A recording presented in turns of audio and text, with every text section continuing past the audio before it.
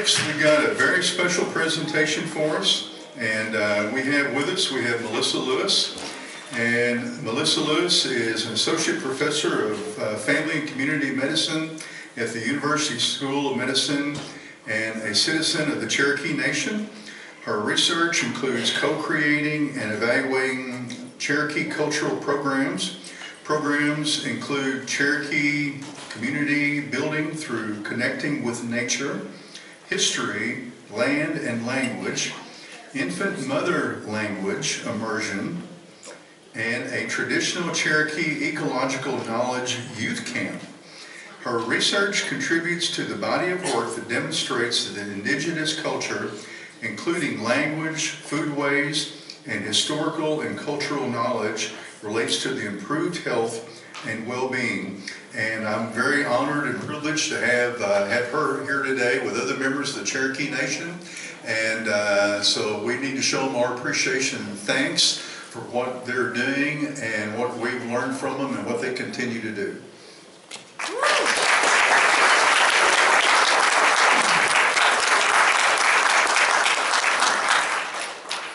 You can adjust this whatever you need to. Yes. Sionigan, thank you so much for having us. We'll do an introduction and then start the presentation. My name is Melissa Lewis. My name's Amani. See you everyone, my name is Ryder Weevil. CO, my name is Genevieve Byron. I'm a senior at Sequoia. CO, my name is Avalon Clark. I'm a junior at Tahlequah High School. CO, my name is Carmen Teehee. I'm an 8th grader at Stillman Middle School. CO, my name is John White and I'm an 8th grader at Salina Middle School.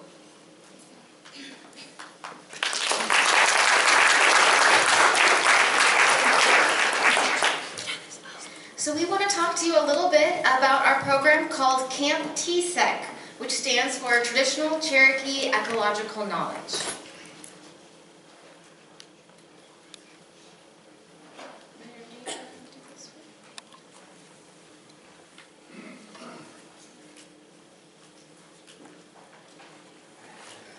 So, before we had this camp, we had a year where we had an advisory board where we talked with people in our community and then also with the Eastern Band of Cherokees in North Carolina. And we were meeting once a week for a year just to make sure that we had all the curriculum that we wanted to do. We needed some outside help, and it's also good just to have a community talk about something that's important, like teaching children, you know, raising the youth to be environmentally conscious and stuff. So up here, you can see that we had a 10-day nature camp, and it was from 12-year-olds to 19-year-olds, and so that's about the middle school to high school range. And Melissa was the one that was sort of at the front of all of it, directing and leading us. And I'm just here as a program coordinator, and so I filled in the gaps where Melissa wasn't able to. She's very busy all the time. She wears very many different hats. So we're very blessed and grateful to have her. And so, yeah. So this is a program through the American Indian Resource Center, which is a nonprofit that's been serving the Cherokee Nation Reservation for 40 years. So we're one of about a dozen programs. Like Ryder said, we spent about a year with a community advisory board coming up with the curriculum that these folks were able to go through. And I know it might be a little bit hard, but I just kind of wanted to, one, give a shout out to the Ozark Chinquapin Foundation because they did share some of their curriculum with us, which we are very grateful for. We also worked with the Arkansas Archaeological Survey. Is there anyone here from that group today? That's a great group too. We've been out and visited them, so they have great curriculum for young people if you're interested. And we also looked at what other tribes have done to teach ecological knowledge using their traditional life ways.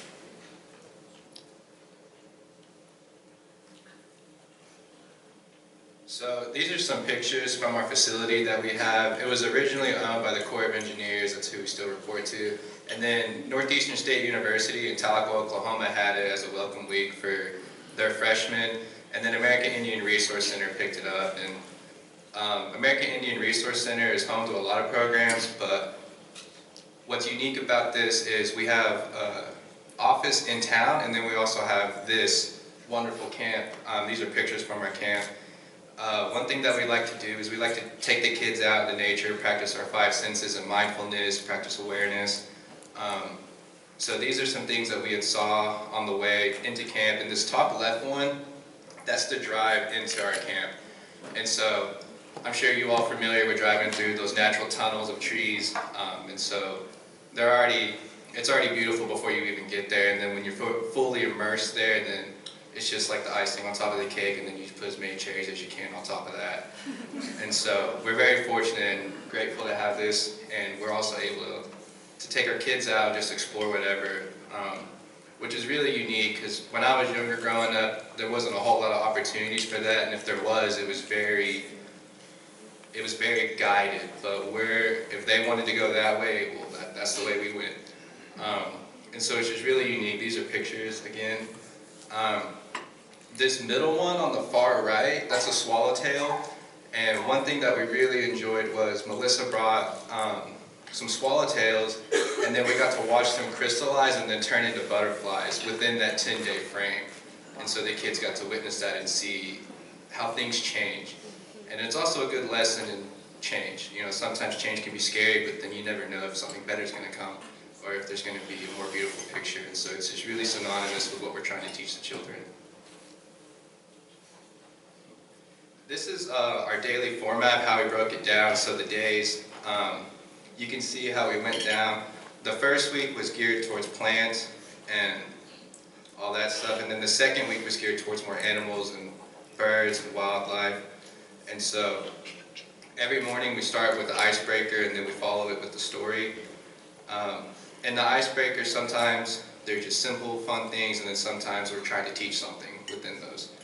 And so the activities, we also included lectures, nature walks, and experiential exercises where we learned how to make cordage, or we learned, you know, what plants you can eat versus what you can't eat, and how some plants look edible, but you shouldn't eat them. And a lot of this stuff too was things where we had experts come in. So we're in no position to call ourselves experts. We're also students too. So it was really cool to be in an environment where everybody was learning and everybody had something to contribute and give. Here's some more activities. The top left is arguably the fan favorite, that's stickball. We really like to try to devote some time to that. And then on the top right, those are some clay beads that we had rolled together and then we had fired in a kennel. We had a guy named Matt Anderson from our community come and pick them up, and he fired them for us. And then we also had some other people who were already at our facility that were able to do that as well. We also, you can see that we rolled a lot. Then this middle one on the left, we were breaking beans and putting them into this giant red dish, and you can see we already have a lot, and then there's even more on the side. And so what we tried to do is we tried to just immerse them. We were also planting, and then here's a mite, he caught something. He's very proud. I'm sure it's a grasshopper. And then within the camp, we also did traditional stories where they teach lessons. Sometimes they're origins, sometimes they're moral building, and so each story had a purpose for the day. The lectures, we had AJ Henderson give us a PowerPoint, but unfortunately we had a lot of technical difficulties and we weren't able to view that. But again, thank you for sending that and allowing us to have that as a resource. The one thing that you can see that we really enjoyed was storytelling and nature walks. Our facility is very big, and we're right along the border of Lake Tenkiller. And so for where you park, you can actually see the lake from that. And so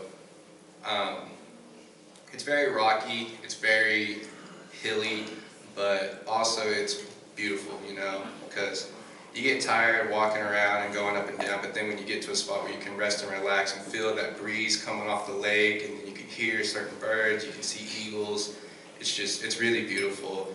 And then the experiential activities that we had, the one thing that we were really grateful for is, again, we had experts in each one of these fields. And so we had these guys that we work with from the Uchi Butterfly Farm come out, and we went on a nature walk, and they were able just to point to things while we were on trail, you know. And so we planned to go on this 2-mile walk, but we maybe made it half a mile, and we were already exceeding our time limit. And so those kind of things are really fun when you plan something, but then it goes a different way, and then you just have to, like the butterfly change. And so we also planted in our gardens, we have a program called Cherokee Little Seeds where we planted beans for them. And Cherokee Little Seeds is geared towards teaching babies Cherokee as a first language. It's a fully immersive program with the language, and so our kids were able to contribute to them as well. And then we had National Treasures come out. We did stickball, we threw outlaws and rock slings. We did blow darts, chunky, and marbles. And so there's a little bit of hunting and gathering involved, and then there's also cultural games for fun.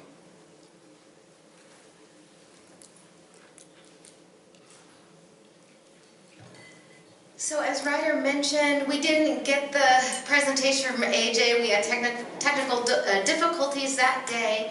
On our 260-acre site at Camp 7 Stars in Park Hill, Oklahoma, as far as we know, we don't have Chinquapins, maybe yet.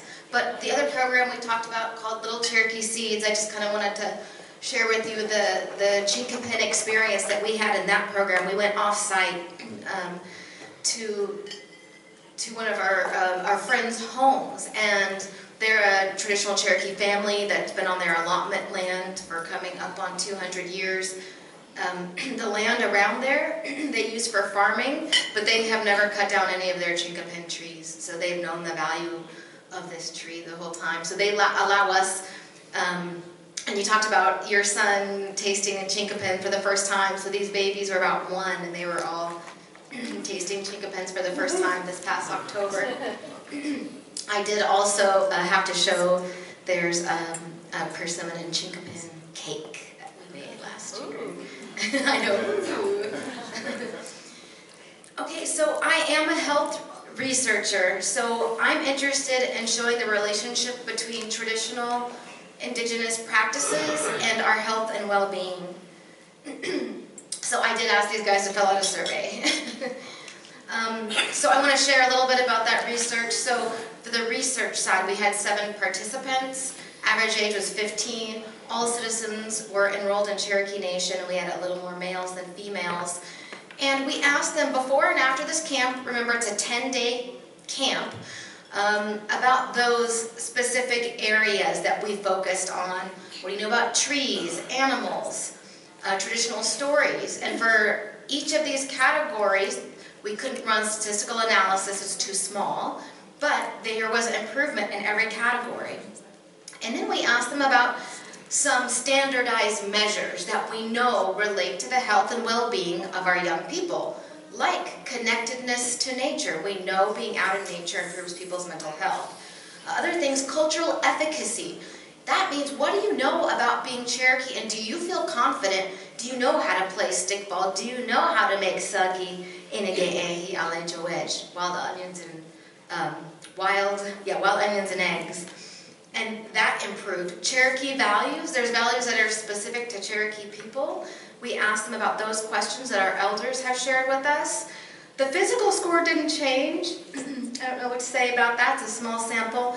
But one of them that's most important to me as a health researcher is to see these children's mental health, their positive mental health improve.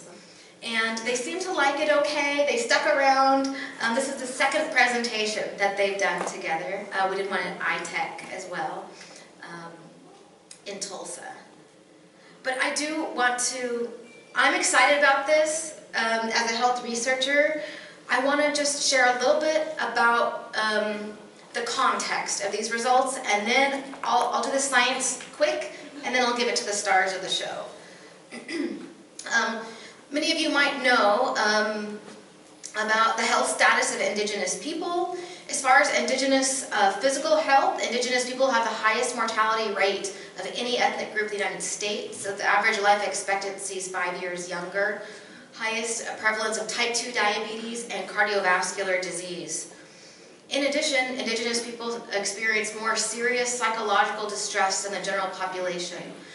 PTSD is twice the rate, and suicide is the leading cause of death among children, 10 to 34. Children and adolescents also have the highest rates of depression. And I share all this because of the link it has to the history of Indigenous people on this continent and around the world. I came upon a really neat book. Now I'm forgetting the name. I think it's called Salmon and Acorns and something, but it was written by Dr. Norgard. And there's a really interesting chart here. And they show, this was for Indigenous people in the Northwest Coast, Coast Salish people. As their spring Chinook, their salmon population declined. There's a relationship, an inverse relationship with the type 2 diabetes rate of Indigenous people. So for Indigenous life ways, especially foodways, but they're all linked. Culture, foods, language. We know that for our foods, there's been forced European farming methods, especially during the allotment era, prohibition of traditional ecological methods and beliefs. So until the 70s, the Indigenous Freedom of Religion Act, Indigenous people were not able to practice their spirituality. It was illegal. And food systems are our form of spirituality. Forced relocation. So our tribe is not from this region. They're from the southeast United States. So that's an entire different ecosystem in which our language, culture, foodways, our entire group has ever evolved and grown. Introduction of European animals and plants, and environmental degradation. Now some of these affect all of us. Quickly, and I think, Stephen, you mentioned some of these yesterday, but Indigenous people of the Americas cultivated 80% of the food that's eaten in the world right now, but foreign crops make up almost 70% of our food supplies and farm production. Indigenous people have designed some of the most advanced and sustainable farmway and foodway techniques ever in the history of this world, which is what we talk about when we talk about tech, that traditional ecological knowledge. But there's myths about what colonizers, settler colonial people arrived to, these virgin forests. Well, that wasn't the case at all. There was huge swaths of land that have burned, that the Native people had relationships with the land. Also, Indigenous people have interacted with forests not just through harvesting, but also caretaking, these bidirectional relationships. Something that stands out to me about diet is that the pre-colonial diet had about 300 different foods per year, and now we're at 12 to 30. Just a couple more kind of facts where we're at with our global food system. About 75% of the world's plant genetic diversity has been lost. And this is, relates to directly the decline in nutritional quality of Native American people's diets and a relationship to those cardiometabolic syndromes, heart disease, stroke, diabetes. In addition, for that particular tribe, that their salmon is declining, probably due to environmental degradation, dams, etc. You can't teach your children how to fish. So it's not just that the food goes away and that diet and that nutrition of omega-3s that we all need goes away. Usually in Indigenous communities and families, there's knowledge that's passed down in a very specific way, sometimes from an uncle to a nephew. So this is damaging relationships, not just nutrition. This is damaging culinary skills and practices, ecological farming practices. And I think this is what you talked about, comprising less than 5% of the world's population. Indigenous people protect 80% of global diversity today. I'm very passionate about things that are on the slide, but I'm going to try to keep it short. I could probably do like 10 citations for each of these things, but I just want to say Indigenous foods and foodways are fantastic. That's the summary. And there is a lot of data that demonstrates how nutritious indigenous foods are, many that compare what's on our grocery shelves today to the equivalent. Variety, we talked about a little bit, seasonality. There's research demonstrating that the foods show up when we need them. Rose hips come right before winter. We need vitamin C, for example. Indigenous foodways have to do with exercise. You have to be, you have to be out, as you all know. If you want to get a Chinquapin, you got to get some steps in. Community and social support, which I alluded to a little bit, and also ecological knowledge and relationship to your ecology. So finally, for traditional and cultural activities, I'm talking about food, but research is demonstrating that Native people that take part in their traditional cultural activities, which they have been prohibited from for many years, research is demonstrating how healthy it is for Indigenous youth. So essentially, culture is our medicine. Culture is prevention. And so some of those examples I wanted to share is another kind of Cherokee Nation example, the Remember the Removal program, which Ryder was a participant and my husband who left him was a program coordinator for. So this is history. I won't get into it too much. There's articles about it if you're interested. But young Cherokee folks learning about their history, we found that at the end of that program, and 6 months later, they had significantly, statistically improved mental health, reduced depression, and improved cultural connection. Ecology, Camp TCEK, we shared those results. When children, Cherokee youth, are connected to their traditional Cherokee ecological knowledge and land, they had improved mental health and connection to their Cherokee identity and values. This is not a Cherokee one. There's a wonderful study, one of my favorite studies ever. It's called Healthy Roots in the Haudenosaunee community. They're giving food baskets. Indigenous community members are given food baskets. For 3 months, they checked all of their vitals, and they found just everything was amazing and improved. Even, all those things that relate to heart disease and diabetes, but not just that, chronic pain, so we're thinking about inflammation, and again, depression. And finally, a study about language that I co-authored this past year looked at all the communities in the world that speak an indigenous language and that have a study that show a health outcome. 62% of those studies found that when indigenous people speak their indigenous language, they have improved health compared to about 21% negative. So we said that we found language use and revitalization emerges as protective factors in the health of indigenous populations. And you could kind of sub anything in there. Indigenous culture and revitalization are protective factors in the health. Okay, so that's the science bit. Thanks for hanging in. I'm going to hand it off to Ryder, and you can call folks out.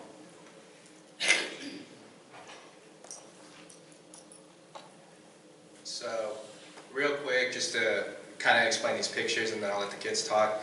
At the very top left, we had a national treasure named Perry Van Buskirk come, and he brought some atlatls, he brought some rock slings, he brought some other weapons for the kids to look at. But what he really wanted to show off was just how creative you can be with these things.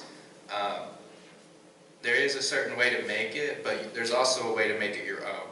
And so he's really good at teaching the kids and showing just a different variety of atlatls that you can make. He makes them traditionally, and then he makes them modernly to show how we would have done it versus how he does it today.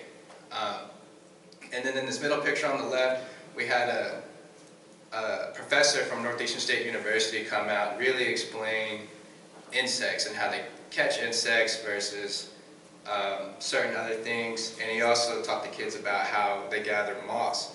And so the kids were like, how do you catch something that's so tiny? Well, he showed us that you put up this big white blanket and then you just put lights on it in the woods and then leave it alone. Then you come back later and it's just full of whatever you want to look at, all kinds of moss, all kinds of insects. And so it really helps just to teach the kids that the work looks tough, but it's really not. It's just very simple, and all it takes is a couple buddies to go in a walk in the woods with a blanket. That's fun. Or scary, depending on what time of year.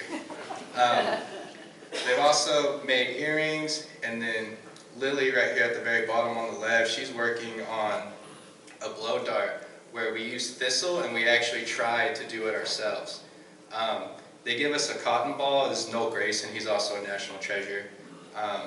They gave us cotton balls to try to make darts out of, and to get the idea, because when you have thistle, I don't know if any of you guys have ever worked with thistle, but you have to hold it in your hand like this, and if you let that go, it's all going to fly away. So it's very difficult, but Lily was the best at it. And then in the top left, or the top right, excuse me, the guy in the yellow shirt, he's a student that we weren't able to get with us. He's in college right now, which is why he wasn't able to make it, but that's Neshoba. And this is us shooting the darts that we just made in a tournament that he won. So, yeah. Now if we want to hear some words from the kids. Oh, and then, Lily, what did you like about Camp TCEK?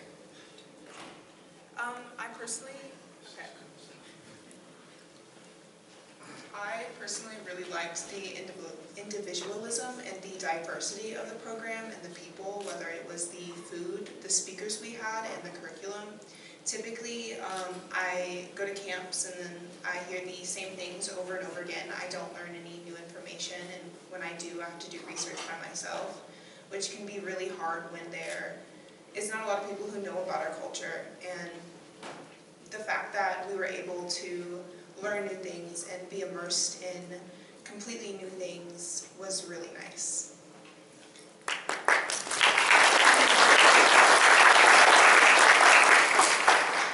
I really liked how earth conscious they were. I didn't have a lot of expectations going into this camp because every camp that I've ever signed up for that claims to be nature or ecological, I get there and there's no recycling, or there's disposable plastic water bottles, and everybody goes through 5 or 6 a day, and we have to buy, the big packs of them. When I got there, I was one of the first people to show up, and Melissa invites me in, and she says, "Would you like a water bottle?" She had gotten reusable water bottles for us to use over our course of the camp, and they set up water stations for us. I loved that they walked the talk of being earth conscious. Any of the food that we had, if we didn't finish our buffet that was set out for us, some of us would either take it home or it would be put into the fridge for the next day rather than thrown away, because other people worked very hard to make the food for us, and it was very, very wasteful to just discard it. So I'm so grateful that they took such good care of us and care for our area and the earth.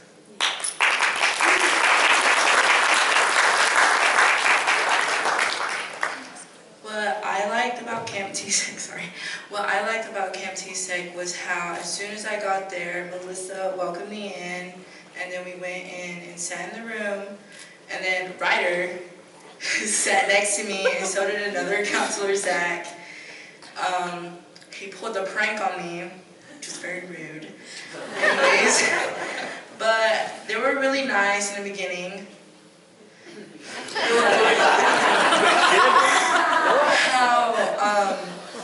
I liked how they would take us on walks, and I always wore my Crocs because I hate shoes. And this one would tell me to put it in sports mode in case I fell. He would always watch out for my safety.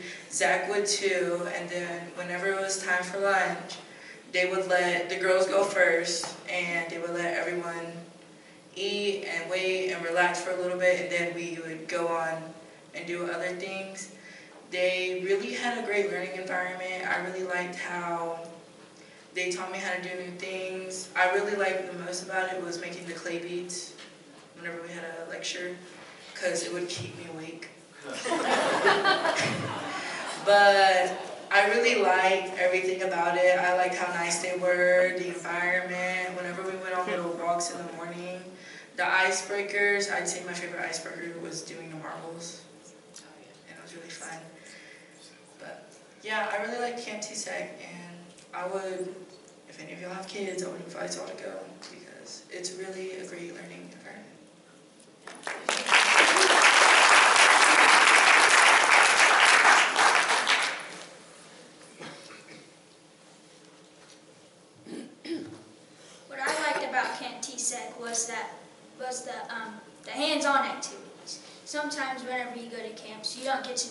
much hands-on activities, and you got to do a lot of hands-on activities like planting, playing games, a lot of cultural stuff. And I liked it because I got to learn more about my culture, and sometimes people don't get to learn about their culture a lot, and that's what I liked about it.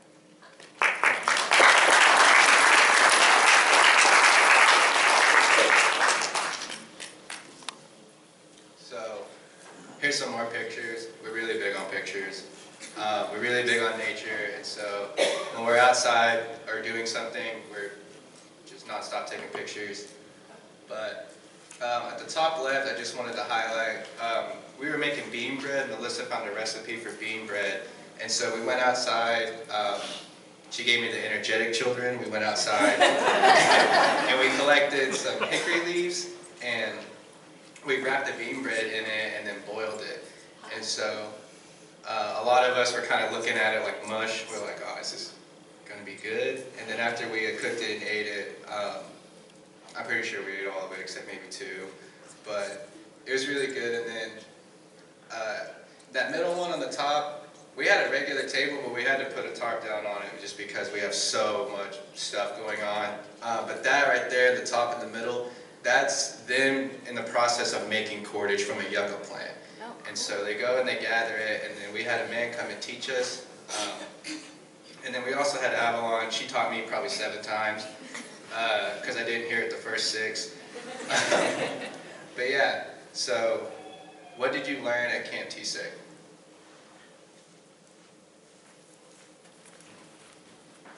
I really learned how to think outside the box and to stop being shy, because in the morning or in the afternoon, I would talk to Ryder, and he would tell me to always try new things. And I just really learned how to plant new things, more about my heritage and where I'm from. And I made onion and eggs, and I'm not gonna lie, I didn't know how to do it. I improvised the whole thing by watching my cousins and my mom make it, and so I improvised it and it turned out really good. So, yeah, that's what I learned at Camp TCEK, was how to get out of my shy bubble and learn new things and more about my heritage.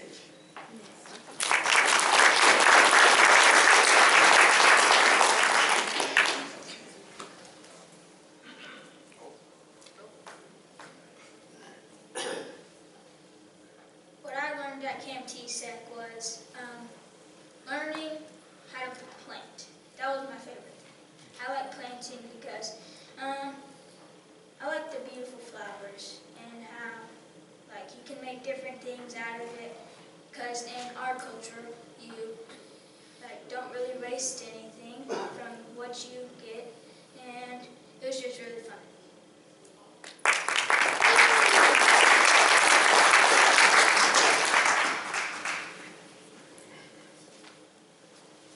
That middle picture, that's our swallowtail that we got to see crystallize and then bloom.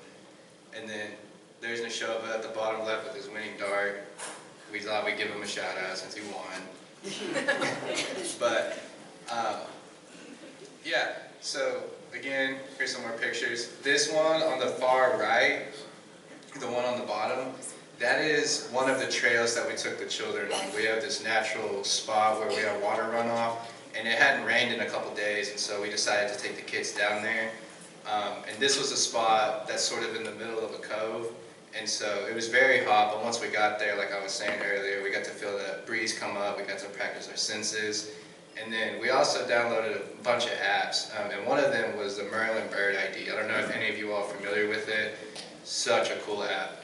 And so it was cool just seeing them on their phones, but for a different reason, for being outside rather, you know what I mean? And so usually when they're on their phones, it's because they're not paying attention, but this time they were so immersed in it that they wanted to know what they were hearing. And then a few days later, we would hear birds go off, and without even them having to pull their phones out, they just knew what it was from the sound of it. And so that was really cool. But how did Camp TCEK impact you all? Camp TCEK made me feel like I had a community, and even though I was leaving my home to come to camp, I was just entering a whole nother family. Carmen mentioned earlier that she was really shy, and I honestly was too, and I was also expecting, because I'm the oldest camper in the group, that I'm always going to have to lead by example, and I'm always going to have to be the one that goes first, but I'm so nervous to go first. And then Matthew and, and John, who's not here, would always... Did I get it mixed? Oh, goodness gracious, I'm sorry. John and then Matthew, who's not here. I'm so sorry. One of them would always volunteer to go first, and it was so impressive to see such young kids want to go first. And then any of our older mentors were taking on very older sibling roles to us, so we respected them, but we were able to have a really good relationship with them. I also had a unit in my English class on individualism, and we were asked to write a 5-paragraph essay, maybe 4 or 5 paragraph essay on a moment in our lives that defined ourselves as an individual. And I talked about this camp, about how I went in feeling scared, almost alone, and apparently everyone did too, and our differences brought us together and connected us all. And so we go on field trips together, and we're here speaking at this conference together, and we're so much like a family.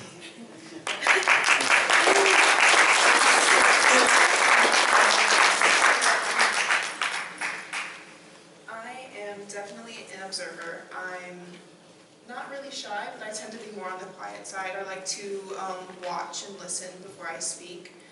But we had a story, the Yellow Eye story, if anybody knows that one.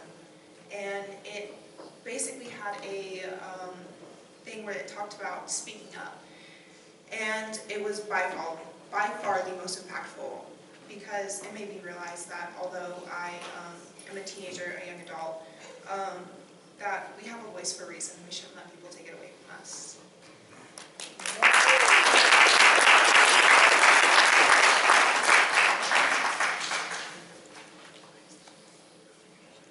This picture in the middle on the left, that's Matthew. He unfortunately wasn't able to make it. He's a bit of a wild child, and he's a skateboarder, and so he had a skate competition where he injured himself.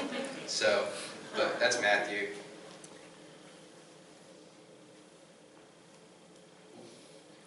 So again, this is that top left. That is our garden that we grew for Little Seeds. There's squash and corn everywhere. We actually had the kids help us in 105-degree weather go through there and detangle all of it.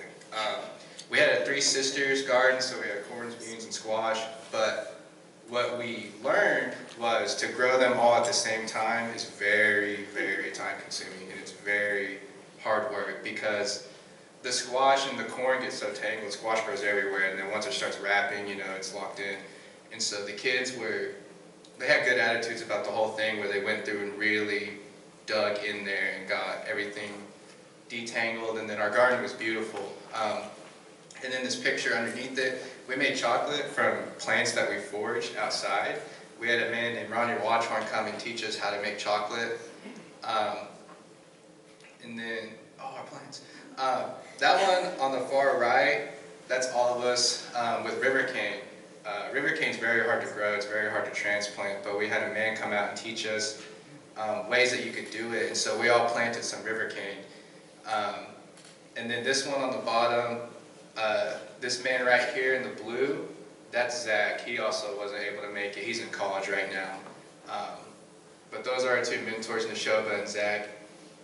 And yeah, so how will you use what you learned from Camp TCEK?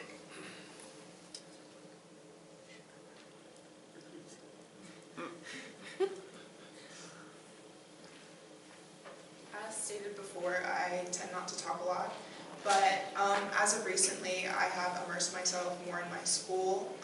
I've been given a lot more opportunities to speak at conferences like this, and just because of that, I've been able to implement a lot of things in my life.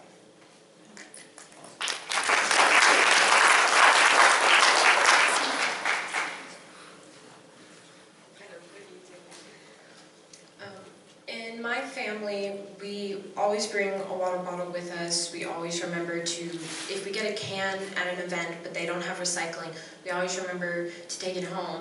And for the longest amount of time, I was very embarrassed about that because nobody else did that. And everyone here, we did those things as a group and as a family. And I learned that being different isn't such a big deal, because if I'm doing something that I know will better my community and the earth, I don't have any shame about it.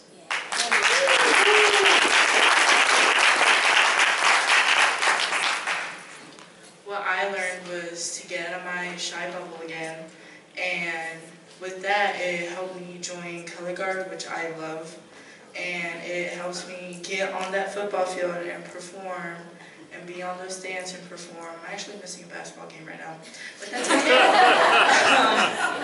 But it really helped me get the courage to do stuff. It's actually given me courage right now to speak to y'all. So that's what I learned.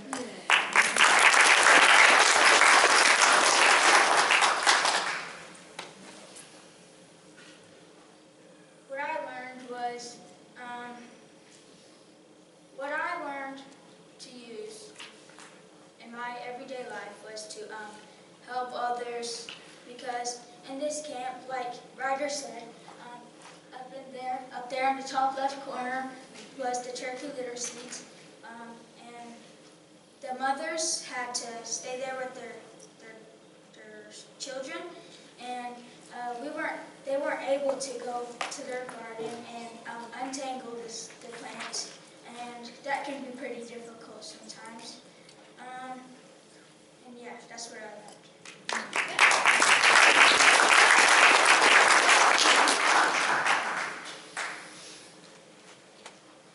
Again, this was something that we added later because you plan for everything and then new things arise after you finish. But we had every kid in their own way, in their own right, step up as leaders. And every kid sort of filled a mentorship role where they were either helping one another or helping us, or just looking out for each other, being kind. Really just treating each other like Avalon's been saying, like a family. And so every single day that we had the camp, I had John a week before at a different camp.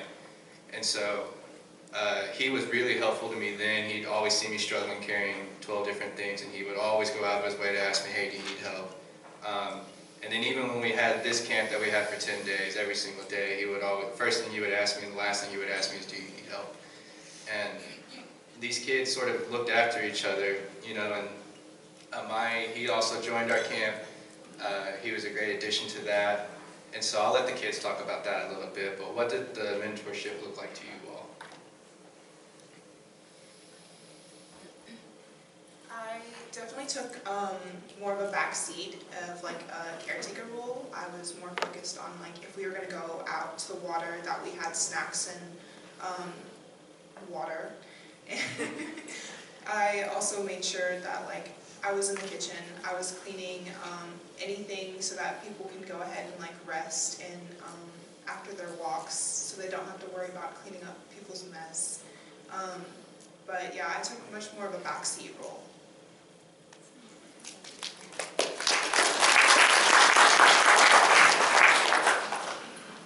I definitely think that the younger students were the most outgoing.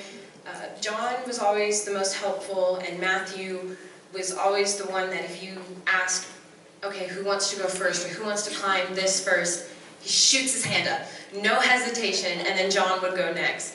And Carmen, on our very first day, our first icebreaker activity was a handshake game. I really don't remember. But I do remember is that the boys paired up immediately, and she and I also paired up immediately. And I'm very glad that she talked to me as soon as possible.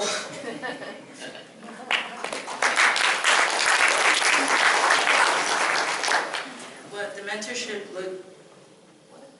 mentorship looked like to me was Avalon helping me doing the cordage, and Ryder teaching me how to do the clay beads, and Zach making fun of me, and Neshoba helping me too, and Lily making the food and helping with that.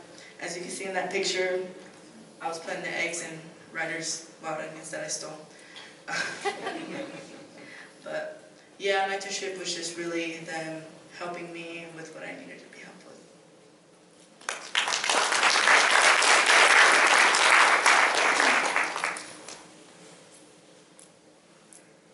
What the mentorship looked like to me was Zach, who is unfortunately not here in college.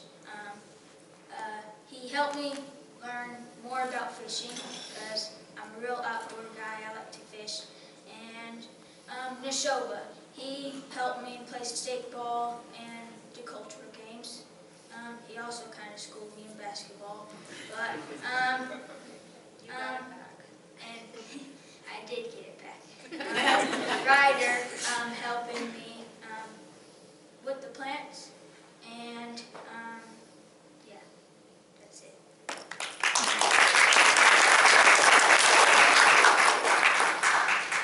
I'd just like to say something about this slide. Neshoba is the type of young adult that does not hand out free wins. Well, so whatever they play, whatever they do, Neshoba's trying to win.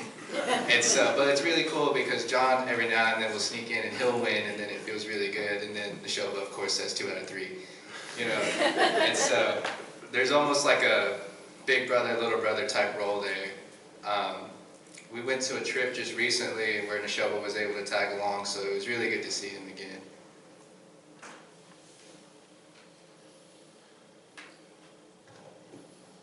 It was really neat, actually, just as a mom, to watch this happen. You know, the kids in the program looking up to the 19-year-olds, the 19-year-olds taking care of the young kids, and then these kids took care of my son when he was 4. They taught him how to play stickball. They were patient. They were kind. It was beautiful to watch.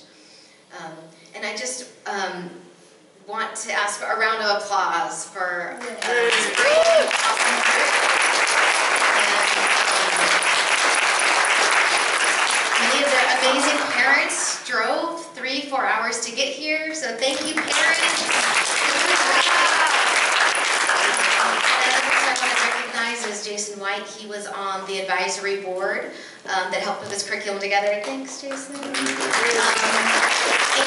good news is we are funded through Newman's Foundation, and they really do give all proceeds to kids, 100%. So we are funded for another year. So we're going to do the camp again. As you can tell, we have amazing leaders of all different ages here. So they are going to be our mentors for our new cohort. We went from being a summer program to realizing they wanted more throughout the year, so we're now a year-long program, and we are really building up our curriculum, adding more Cherokee language and culture to it. One of the activities that we were able to do, this is a part of our now year-long program, is they all visited the Yuchi Butterfly Program, the farm, and the language program in Bixby, Oklahoma. If you don't know about the Tribal Alliance for Pollinators, learn about them. They have a lot of amazing programs. Is there anything you all want to say about the visit to these 2 programs that you guys did a couple weeks ago? I do. I definitely do. The people at the Yuchi language program were wonderful, and the whole experience was its own cultural exchange. They showed us their language school, and then we went around and they showed us their farm. And they would tell us the names of the animals that they have in Yuchi, and they would ask us, well, what is it in Cherokee? And we would tell them. And they have never played Cherokee marbles. So Ryder broke out the marble set and set up the game and taught the Yuchi group to play marbles with us. And they said that they would take it and teach it to others to play. So it was really awesome.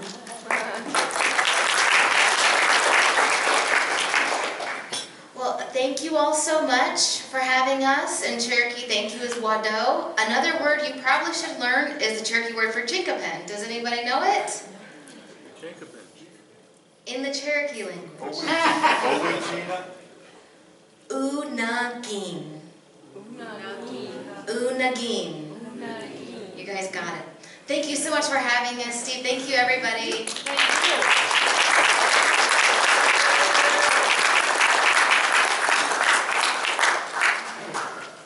Don't run off just yet. A lot of things they're doing. This is just incredible stuff. And thank you all for coming up, and the parents that brought them up here, and Jason, your contribution. This is just amazing. I mean, it's. I guarantee you, if everyone did what y'all did, there would be no problems with drugs or anything else, because this is what you need, and it's great. And you can take anyone that there is, and you can tell them what y'all are doing, and it will uplift your spirit. So I think we need to show them appreciation.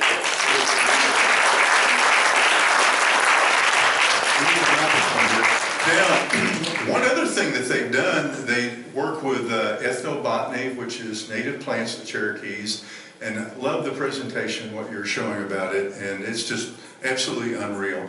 So a few years ago, I was telling Melissa that, Feather Smith with the Cherokee Nation, she still does the native Cherokee plants, and they were good enough to give me some seed years ago. We did a trade. I gave her Chinquapins, and she gave me different seed, corn and some beans, and she said, watch out for this tobacco I'm giving you, because it's like 10 times more nicotine than the regular one. I'm like, okay, good to know. I don't smoke, but good to know. But anyhow, they gave me some beans, and these beans are so hardy and rugged, they outgrow everything in my garden, and they need the least amount of care. You can eat them while they're green, and they taste like sugar snaps. You can wait till the fall of the year when they ripen, and these things will keep indefinitely. They're non-GMO, and I grow just like y'all are trying to do. I don't use any pesticide. I don't use anything. It's all organic. I got plenty of worms in my dirt. So as a token of thank you, I brought these beans to you, which came from your program that y'all do. So these are like boomerang bees. They're coming back to you. So anyhow, thank you. Another special gift, and we're going to make a lot of people jealous with this when we do it. And let me, I don't know if everybody can see them real well. So we have here an Ozark Chinquapin, and this is not any Ozark Chinquapin. We had some from Adair County growing on a research test plot, and these naturally crossed with a tree that's about, it's roughly, came from a tree about 23 miles from Tahlequah. And this is an RPM tree, which means root prune method, and it's done by Forest Keeling Nursery. And I brought this up here for you, and this particular tree is pure Ozark Chinquapin, and it's crossed with native wild ones from your part of Oklahoma. And as a token of thanks and what y'all are doing, I want to present this to you. It's kind of heavy. Ryder, you made these.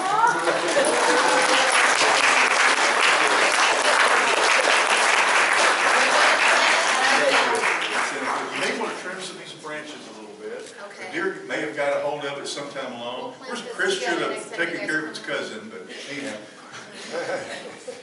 Thank you. And I really enjoyed hearing this. I'm just inspired. Thank you so much. Thank you. I learned a lot today from all of y'all. Thank you so much. Really good stuff there. That's good. Ryder, thank you. Thank you so much. And is Matt, is he better? Okay, good. Yeah. Sometimes those skateboard accidents, you never know. You know, that's the way it goes though. But thank you all for making the long trip over and doing what you did.